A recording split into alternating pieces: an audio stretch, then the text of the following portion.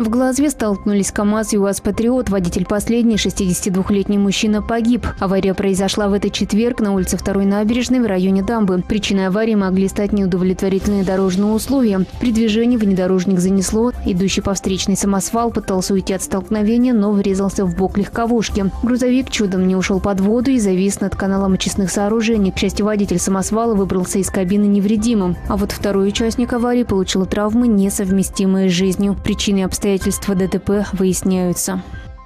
Около 12:30 на 68-м километре автомобильной дороги Игра-Глазов водитель автомобиля «Газель», мужчина 70-го года рождения, допустил занос транспортного средства и выезд на сторону дороги, предназначенную для встречного движения. В результате произошло столкновение с автомобилем Део Nexia. При ДТП смертельные травмы получили 2 человека. Это пассажир заднего сидения автомобиля Део Nexia. Водитель автомобиля Део Nexia сейчас доставляется в медицинское учреждение. Также находился пассажир на переднем сидении, тоже доставляется в медучреждение.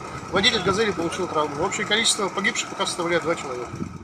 В Глазовском районе погибли 2 человека. Дорожная авария произошла в этот вторник около часу дня на 68-м километре автодороги Глазов-Игра. 46-летний водитель «Газели» не учел дорожные и метеорологические условия, не справился с управлением и выехал на встречную. В результате столкнулся с автомобилем Део Nexia. 2 пассажира иномарки, девушка и молодой человек, сидящий на задних сиденьях, получили травмы, несовместимые с жизнью. Еще один пассажир и водитель легковушки госпитализированы. Травмы получил также водитель «Газели», сообщили в госавтоинспекции.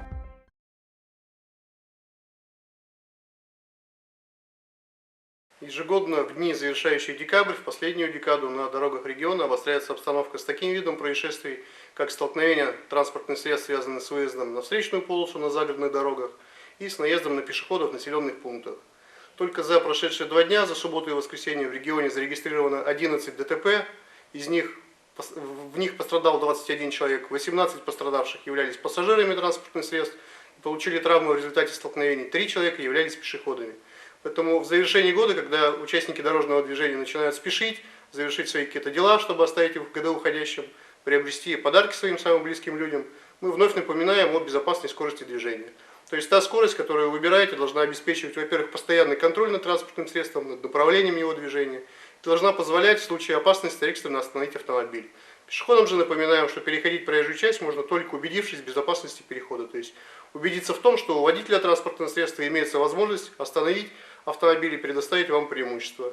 Также за субботу и воскресенье в качестве реализации надзорных функций госавтоинспекции было выявлено 14 фактов нарушений правил ремонта и содержания дорог, то есть в части содержания дорожного покрытия. По всем этим фактам возбуждены дела об административных правонарушениях, и должностные и юридические лица будут привлечены к административной ответственности.